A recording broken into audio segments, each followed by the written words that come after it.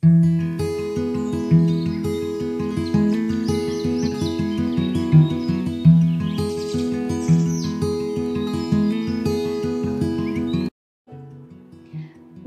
nga kabuntagon mga kapaglaom, ang atong hisgutan ni ining adlaw, Oktubre 29, mao ang atong morning devotional nga naguluhan, ang Iglesia ug ang kalibutan.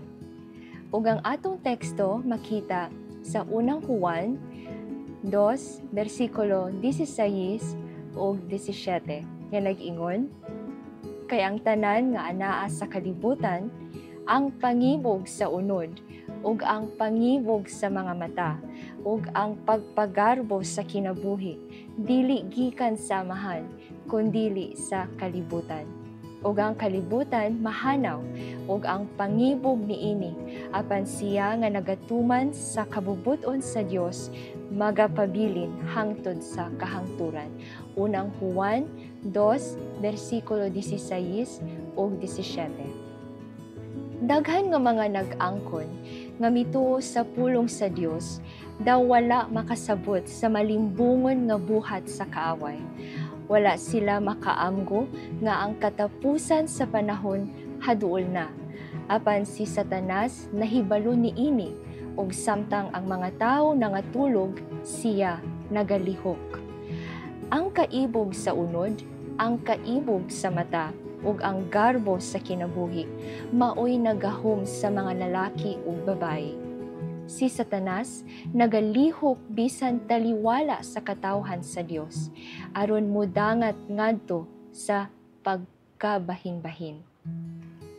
Ang kahakog, korupsyon, ug kadautan sa tanang matang nagkupot pag-ayo sa mga kasing-kasing. Sa kadaghanan, ang bililhong pulong sa Dios gisalikway. Ang usa ka nobela o usa ka libro sa sugilanon makapadani sa pagtagad. Ang makapahinam sa hunahuna maoy sa gihatagan og pagtagad, samtang ang pulong sa Dios gipadaplin. Ang kalibutan mao ang labaw sa tanang kaaway sa relihiyon, kay ang mga puwersa ni Satanas nagpadayon sa paglihok sa tibuok kalibutan, ug kini mao ang tumong ni Satanas sa pagdala sa iglesia ug sa kalibutan ngadto sa ingon kasuod nga panag-uban nga ang ilang mga tumong, ang ilang espiritu, ang ilang mga prinsipyo magkahiuyon.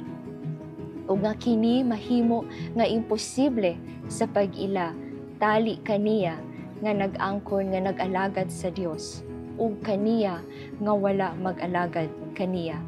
Ang kaaway padayon nga nagalihok sa pagduso sa kalibutan sa unahan.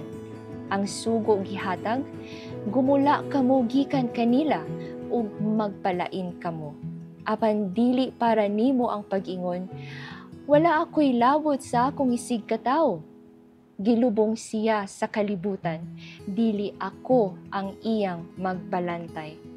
Tungod niini nga rason, kinahanglan nga adunay usa ka butang nga isulti kaniya. Ang kahayag nga gihatag kanimo, dili ikaw magtago sa ilalom sa usa ka gantangan. Mahimo nga masabtan nga ikaw nagtuo nga ang ikapitong adlaw mao ang igpapahulay, nga ikaw nagtuo nga ang Ginoo sa dili madugay mobalik. Apan unsa may kaayuhan niini sa imong silingan, gawas kun imong dalon ang imong pagtuo ngadto sa imong adlaw-adlaw nga kinabuhi. Ang usa ka putli nga panig-ingnan makahatag og dugang nga lamdag sa kalibutan kaysa imong tibuok nga propesyon. Pila man ang mga huyang sama sa tubig nga tingali adunay dili mapakyas nga tinubdan sa kusog.